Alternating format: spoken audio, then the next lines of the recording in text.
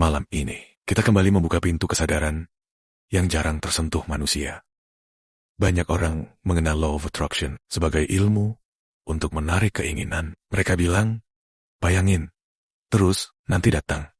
Tulis di jurnal, nanti semesta kasih, ucapkan afirmasi, nanti rezeki mengalir. Tapi kenyataannya, banyak yang sudah afirmasi bertahun-tahun, tapi hidup tetap sama. Karena mereka hanya mengubah kata-katanya, tapi tidak mengubah batinnya. Dalam seni kebatinan, yang menarik realita bukan suara, tapi keadaan dalam dirimu. Kamu bisa mengucapkan kalimat paling positif. Tapi, kalau batinmu penuh takut, yang kamu tarik, tetap rasa takut itu. Kamu bisa memvisualisasikan kekayaan. Tapi kalau hatimu masih gelisah, kamu tidak sedang menarik rezeki. Kamu sedang menarik pilihan hidup yang gelisah. Loa gagal bukan karena konsepnya salah, tapi karena orang hanya fokus pada pikiran. Padahal, Loa bekerja pada kesadaran. Pikiran itu bising, kesadaran itu sunyi. Dan yang didengar oleh semesta bukan suara bisingmu, tapi getaran sunyi dari batinmu. Batin yang takut menarik jalan yang penuh rasa takut. Batin yang ragu menarik keputusan yang penuh keraguan. Batin yang kacau menarik realita yang membuatnya semakin kacau. Bukan karena semesta jahat, tapi karena manusia hanya bisa melihat apa yang cocok dengan dalam dirinya. Itu sebabnya orang insecure ketarik ke lingkungan yang merendahkan. Orang cemas ketarik ke pilihan yang bikin cemas. Orang penuh luka ketarik ke hubungan yang membuka luka. Semua bukan kutukan, itu hanya pantulan batin. Lalu bagaimana Loa bekerja sebenarnya? Tidak dengan memaksa positif, tidak dengan menipu diri dengan afirmasi kosong, tapi dengan menata batin, hingga kamu menjadi selaras dengan realita yang kamu inginkan. Ketika batin tenang, arah hidup muncul sendiri. Ketika batin jernih, peluang terlihat jelas. Ketika batin stabil, keputusanmu jadi tepat. Loa bukan mantra, Loa adalah cermin batin. Apa yang terjadi di dalam akan bergerak keluar. Banyak orang mengira bahwa Law of Attraction bekerja karena mimpi yang mereka pikirkan, karena gambar yang mereka visualisasikan setiap hari, atau karena afirmasi yang mereka ucapkan berkali-kali. Padahal, itu hanya permukaan. Yang menentukan arah hidup, bukan mimpi. Yang menentukan adalah keadaan batin yang kamu bawa saat kamu bermimpi. Batin adalah magnet yang sesungguhnya. Jika batinmu takut, kamu menarik jalan yang penuh ketakutan. Jika batinmu ragu, kamu menarik pilihan yang membuatmu semakin ragu. Jika batinmu gelisah, kamu hanya akan melihat peluang yang penuh kegelisahan. Batin tidak bisa dibohongi, ia bekerja diam-diam, jauh lebih dalam daripada suara pikiranmu. Itulah kenapa banyak orang berkata, aku sudah visualisasi, tapi kenapa hidup tidak berubah? Karena visualisasi tanpa kestabilan batin hanya menghasilkan gambar, bukan arah. Kamu bisa membayangkan hal-hal indah, tapi kalau batinmu masih dipenuhi rasa takut kehilangan, yang kamu tarik bukan keindahan itu, melainkan akar ketakutanmu sendiri. Realita tidak menanggapi keinginan, realita menanggapi selarasnya batin. Kamu hanya bisa menarik hal-hal yang seirama dengan keadaan dalam dirimu. Batin yang tenang menarik langkah yang tenang. Batin yang jernih menarik keputusan yang tepat. Batin yang stabil menarik kesempatan yang stabil. Manifestasi bukan tentang memaksa dunia berubah. Manifestasi adalah tentang mengubah frekuensi batin hingga kamu menjadi orang yang cocok menerima apa yang kamu inginkan.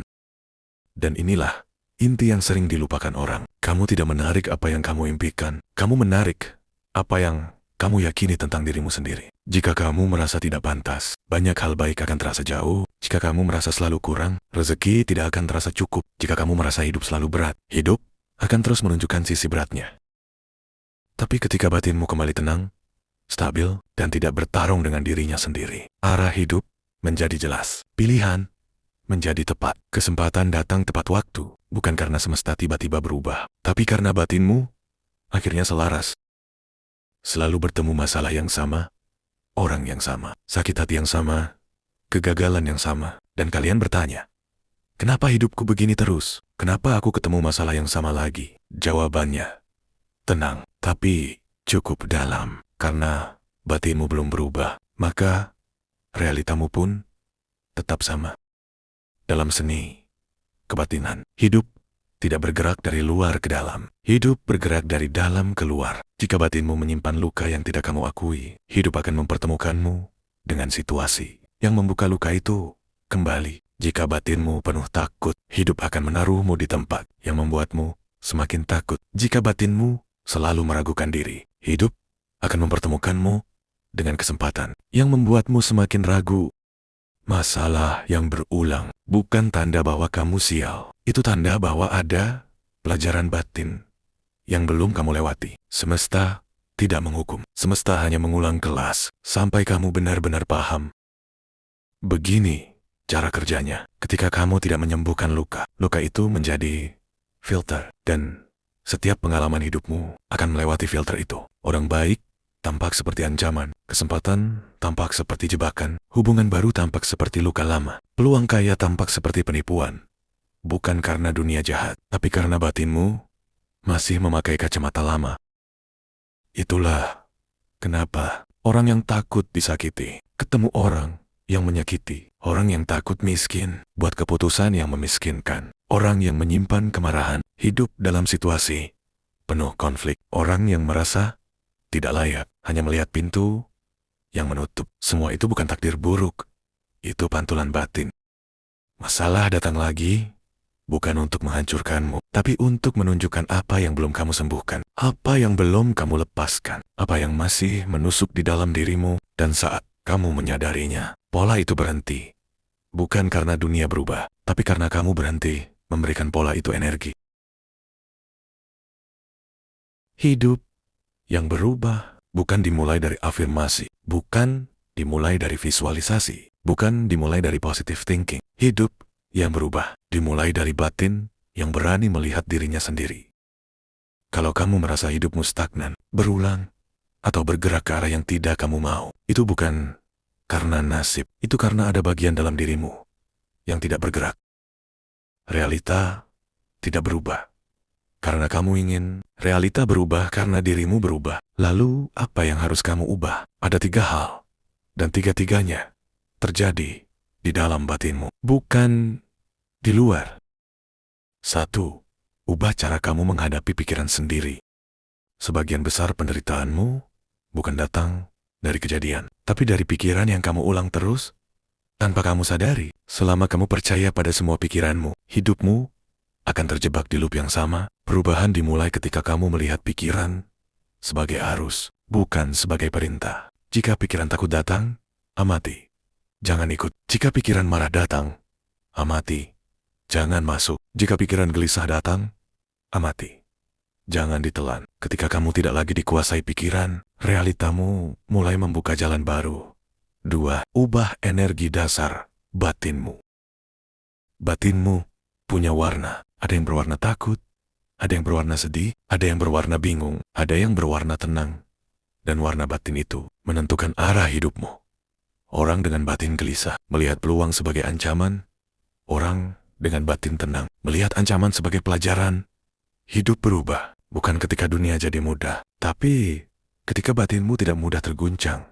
Perlahan, kamu akan melihat pintu yang dulu tidak terlihat. 3. Ubah cerita yang kamu percaya tentang dirimu. Ini yang paling dalam. Setiap manusia hidup dengan cerita. Aku tidak cukup. Aku selalu gagal. Aku tidak pantas bahagia. Aku bukan orang penting. Aku tidak seberuntung orang lain. Cerita itu bukan kenyataan. Itu hanya luka lama yang tidak pernah kamu periksa. Dan selama ceritanya sama, hidupmu akan terus mengikuti alur yang sama. Perubahan besar terjadi ketika kamu berani mengatakan, mungkin aku salah tentang diriku sendiri. Di titik itu, jalan baru terbentuk. Perubahan realita tidak dimulai dari luar, bukan dari uang, bukan dari orang lain, bukan dari keadaan. Perubahan realita dimulai ketika kesadaranmu kembali pulang ke pusatnya. Ketika pikiran tenang, batin stabil, dan cerita lama tidak lagi memegang kendali. Itulah saat hidupmu mulai bergerak ke arah yang selama ini kamu cari. Saat orang mendengar kata manifestasi, mereka langsung membayangkan keajaiban. Uang datang sendiri, keinginan terwujud, tiba-tiba hidup berubah tanpa usaha. Tapi itu bukan manifestasi. Itu fantasi. Manifestasi yang sebenarnya tidak terjadi dalam sehari, tidak muncul dari afirmasi, dan tidak turun dari langit. Manifestasi muncul dari konsistensi batin yang kamu bawa setiap hari. Bahkan ketika tidak ada yang melihat, realita merespon konsistensi, bukan keinginan. Kalau batinmu gelisah selama 23 jam sehari, lalu kamu meditasi 10 menit, bukan meditasi itu yang membentuk hidupmu, tapi gelisah yang kamu pelihara. Manifestasi bukan soal seberapa keras kamu berharap, tapi seberapa stabil batinmu. Membawa arah yang sama setiap hari. Jika setiap hari batinmu bergerak ke satu arah, lebih tenang, lebih sadar, lebih jernih, lebih yakin, maka dunia mulai membuka ruang untuk arah itu muncul. Manifestasi bukan keajaiban. Manifestasi adalah efek samping dari batin yang teratur. Batin yang stabil menghasilkan keputusan yang stabil. Keputusan yang stabil menghasilkan tindakan yang stabil. Tindakan yang stabil menghasilkan hasil yang stabil. Dan orang menyebutnya keajaiban. Padahal itu hanya konsistensi batin yang bekerja dari dalam. Begini cara kerjanya. Batinmu menentukan fokusmu. Fokusmu menentukan pilihanmu. Pilihanmu menentukan langkahmu. Langkahmu menentukan arah hidupmu. Semua dimulai dari batin, bukan dari doa yang kamu paksa, bukan dari kata yang kamu ulang, bukan dari visualisasi yang kamu paksakan. Inilah kalimat yang jarang orang pahami. Kamu tidak menarik ke hidupmu. Kamu membentuknya secara halus, melalui apa yang kamu pertahankan dalam batinmu. Jika batinmu tenang, hidupmu cenderung membuka jalan. Jika batinmu kacau, hidupmu memilih jalan yang kacau. Jika batinmu jernih, kamu melihat peluang yang sebelumnya tersembunyi. Manifestasi bukan proses ajaib. Manifestasi adalah hasil dari siapa kamu secara konsisten di dalam dirimu sendiri. Banyak orang mengira bahwa yang menghalangi mereka adalah kurangnya doa, kurangnya afirmasi, atau kurangnya visualisasi. Padahal penghalang itu sederhana. Ketakutan. Ketakutan adalah energi yang memutus arah batin. Ia membuatmu ragu pada dirimu. Ia membuatmu menjauh dari peluang. Ia membuatmu memilih jalan yang salah hanya karena terasa aman. Dalam seni kebatinan, ketakutan bukan hanya perasaan. Ketakutan adalah arah batin. Jika kamu membiarkan ketakutan memimpin, hidupmu akan bergerak ke arah yang membuatmu semakin takut. Bukan karena semesta menghukum, tapi karena batinmu yang mengarahkan langkah itu. Begini cara kerjanya. Ketika kamu ingin maju, tapi batinmu takut gagal, yang kamu lihat hanyalah ancaman.